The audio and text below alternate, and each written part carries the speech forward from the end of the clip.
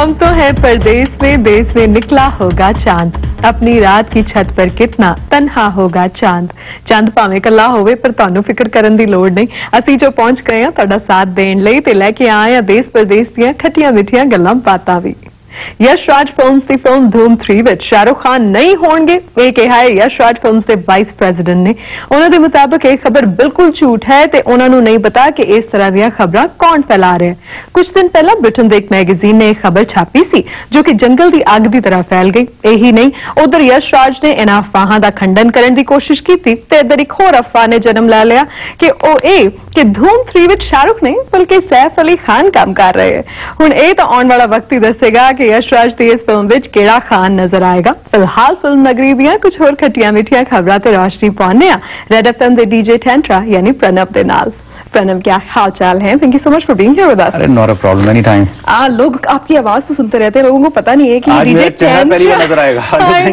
ये DJ tantrum है या टेंट्रा? That's right. हमने तो you know what do you say, cat is out of the bag I guess. ऐसे लगते हैं, इतने बुरे भी नहीं है। नहीं, थैंक यू। हाँ नहीं, आई थैंक यू सो मच। जो काला हो गया, धूप ज्यादा है। अच्छा ठीक है। हाँ, ये इंडिया वालों का ना ये काला होने का जो कॉम्प्लेक्स है ना कभी नहीं जाएगा। मजाक कर रहा हूं। चलो फिल्म नगरी के बारे में बात करते हैं। शाहरुख खान है धूम 3 में या सैफ अली खान है? Do you know anything? मेरे ख्याल में शाहरुख खान होंगे। I'll tell you why। अच्छा। अभी यश राज फिल्म्स का जो पूरा का पूरा जो अभी तक साइकिल चल रही है ना उनकी, वो रुक सी गई है। यू नो आफ्टर रब ने बना ली जोड़ी, कोई भी वो भी इतनी नहीं चली।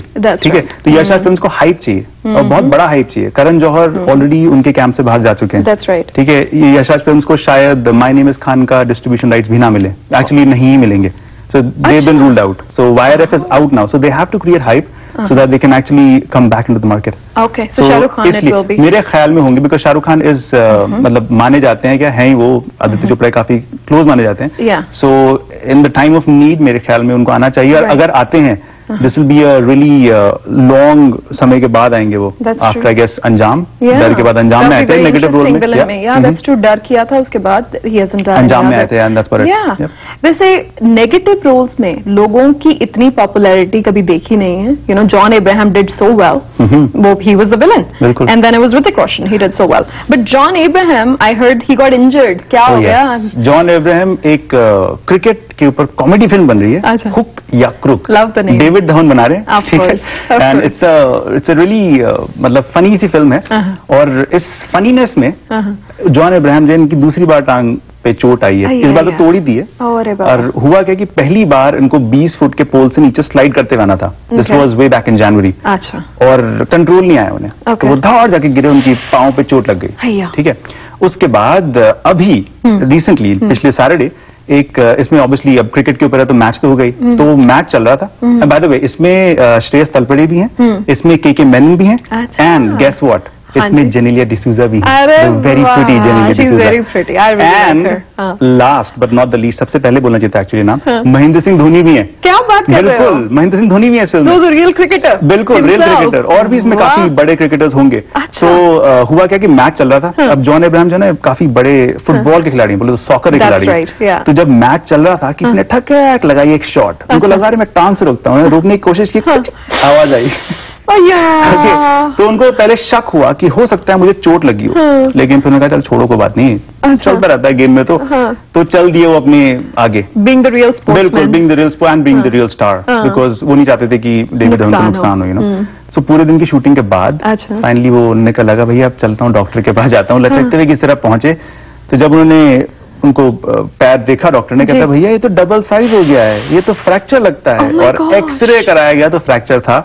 अब 1 महीने तक उनका पैर पे कास्ट है। अरे बाबा, वी विश हिम वेल, क्योंकि इतनी लड़कियां यू नो जॉन अब्राहम के बिना तो कहाँ काम चलता है। जॉन अब्राहम जो है ना वो अभी भी अपने वो छुपे नहीं है अंदर ना, वो कहीं पे गेट वेल सून के बिस्तर पे लेटे हैं। वो अभी भी अब्बास टायर वाला की डांसिंग करी, एक्टिंग वर्कशॉप्स में अभी That's nice, involved है. So he's not shooting, but he's still doing you know filmmaking. Okay, next up, one actress that I personally love and adore is Sonam Kapoor. Delhi 6 चली, नहीं चली, मुझे कोई फर्क नहीं पड़ा. Sonam Kapoor was amazing in it. Abhishek Bachchan was amazing in it. लेकिन Sonam Kapoor और Rakesh Mehra are working again. बिल्कुल. I am so excited. बिल्कुल. और असल में Delhi 6 की जब शूटिंग चल रही थी तो राकेश ओम प्रकाश मेहरा बिट्टू बिट्टू कहते थे, तो उसमें उसका किरदार का नाम था. मैंने सुना था इसके बारे में. ठीक है. तो उसके बाद he always wanted to make एक मिर्जा साहिबा, या मतलब एक फोक लोर है, क्लासिक लव स्टोरी, जैसे लैला मजनू हो गए and so on so forth. So हर उसमें लैला मजनू वैसे हिंदी फिल्मों में ज्यादा बनाई गई है मूवी. इवन इनफैक्ट आजा नचले में भी सब प्लॉट में थी, वो जो प्ले करते हैं. राइट. सो मिर्जा साहिबा के ऊपर आज तक किसने नहीं बनाई. ओके. सो इन्होंने बनाई है. अच्छा. बनाई मतलब बनाने की सोची है. और सावरिया जिनकी पहली फिल्म थी उसमें शी वो लॉट ऑफ ड्रेसेस, ट्रेडिशनल. उनको लगा अरे बिट्टू नहीं, यही तो साहिबा है. साहिबा करना उनको शुरू कर दिया. And that's how, and now Sonam Kapoor really wants a good film. Right. तो कह रही है भैया बना दो. Oh, I'm looking forward to that one so bad. और Delhi 6 जो है शुरुआत में नहीं चली, but towards the it picked up. बिल्कुल. Right. And राकेश मेहरा की films, I think उनकी अपनी audience है, and people look forward to it definitely. Rock music. ये क्या सेंसेशन क्रिएट की है शंकर एहसान लोहे ने कि सारी दुनिया रॉक म्यूजिक पे और हिंदी म्यूजिक पे डांस कर रही है. I had never imagine Hindi music and rock music together. बिल्कुल. इनफैक्ट रॉक ऑन की सक्सेस के बाद अब बहुत से लोग जो हैं वो रॉक करने की कोशिश कर रहे हैं. और उनमें से एक नाम मनीष नेवार का भी है. Now he is a self, मतलब खुद बोलते हैं कि किशोर कुमार के बचपन से फैन रहे और काफी एजुकेशन मिली उन्हें, मतलब स्कूलिंग मिली है सीखने में, गाने वाने में. अच्छा. सो MBA वैसे किया है इन्होंने, लेकिन अब वापस सिंगिंग की ओर आ रहे हैं. क्या बात है. और किशोर कुमार को बड़े नए अंदाज में रॉक म्यूजिक में उनके गाने गा रहे हैं. उनकी एल्बम अभी रिलीज हुई थी. Why don't we have a look at the album release party. Alright, here it is. Let's have a look.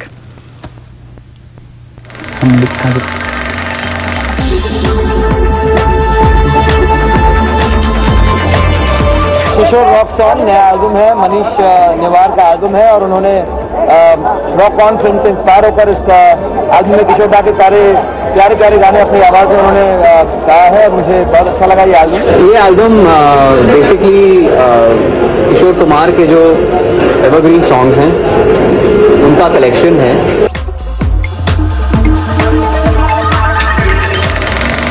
Film lovers ने आज जैसे मैंने किया, सुबह जब इंटरनेट पे क्लिक किया, the first thing we saw and we were shocked to see is Amitabh Bachchan's look in Paa. Oh my goodness, what is that. पहले तो मुझे यकीन ही नहीं आया, मुझे समझ नहीं आया कि ये कौन है, क्या हो रहा है, व्हाट्स हैपनिंग. अरे असल में एक मूवी बन रही है और बाल्की बना रहे हैं जी. And in this film it's about एक जेनेटिक डिफेक्ट होता है प्रोजीरिया. उसमें क्या होता है कि बच्चे तो नॉर्मल पैदा होते हैं लेकिन 5 या 10 टाइम्स फास्टर वो एज करते हैं. एंड एवरेज एज उनकी 13 ईयर्स होती है. तो मतलब 13 साल की उम्र तक ही जी पाते हैं. उसके बाद उनकी बॉडी जो है होती 13 साल की है मगर मतलब 5 और 10 या बुजुर्ग हो जाते हैं. So it's a film about that. और इसमें अमिताभ बच्चन अभिषेक बच्चन के बेटे बने हैं. That is so fascinating. It is, and therefore they had to do a lot of makeup to make, like, Amitabh Bachchan look like Abhishek Bachchan's son. Incredible makeup job. बिल्कुल 5 घंटे बैठते हैं वो. पहचान नहीं आ रही है देखने में. And Abhishek Bachchan is actually, he's got the reins of production. He's running around producing the movie. Another director who's definitely got a lot of acclaim. हालांकि बिग बजट फिल्म्स नहीं बनाई उन्होंने, लेकिन डेव डी एंड गुलाल जैसी फिल्में बना रहे हैं और critics are definitely fascinated by this man. Anurag Kashyap. Oh yes, Anurag Kashyap को इनफैक्ट एक बहुत बड़ा ब्रेक मिलने वाला है. डैनी बॉयल जिन्होंने पहले अनाउंस किया था कि वो शेखर कपूर के साथ, मतलब शेखर कपूर डायरेक्ट करेंगे, वो प्रोड्यूस करेंगे फिल्म, अब वो अनुराग कश्यप को भी अपनी विंग के अंडर ले रहे हैं. अच्छा. And they will be making a film. कौन सी है अभी तक अनाउंस नहीं किया गया. एंड अब जब बात करें डैनी बॉयल की तो मैं हल्की सी और छोड़ देता हूँ. क्या है कि सुकेतु मेहता ने एक किताब लिखी थी, इसका नाम है maximum city, Bombay lost and found. It's a beautiful book. It's basically a travelogue और बहुत बड़ी तरह से लिखी हुई है. और जब ये फिल्म बन रही थी स्लम डॉग मिलियनेयर, तो डैनी बॉयल साहब जो है एक बाइबल की तरह मानते थे. I used to refer it all the time. और अब डैनी बॉयल ने मूवी राइट्स खरीद लिए इस फिल्म के. क्या बात बिल्कुल. और वॉल स्ट्रीट जर्नल की रिपोर्टर. सो वैसे obviously is fascinated by Bombay. मुझे लगता है बॉम्बे से उनका इतना लगाव है और इतना कुछ दिया है, ऑस्कर पे ऑस्कर मिले हैं. Why not. बहुत सारी बातें करने वाली, लेकिन you have to come back for that because we don't have time to cover everything. तो जितनी गपशप है मसाले डाल के हमें जरूर बताना, अगली बार आना, प्रॉमिस करना. Thank you so much. It was a pleasure talking to you.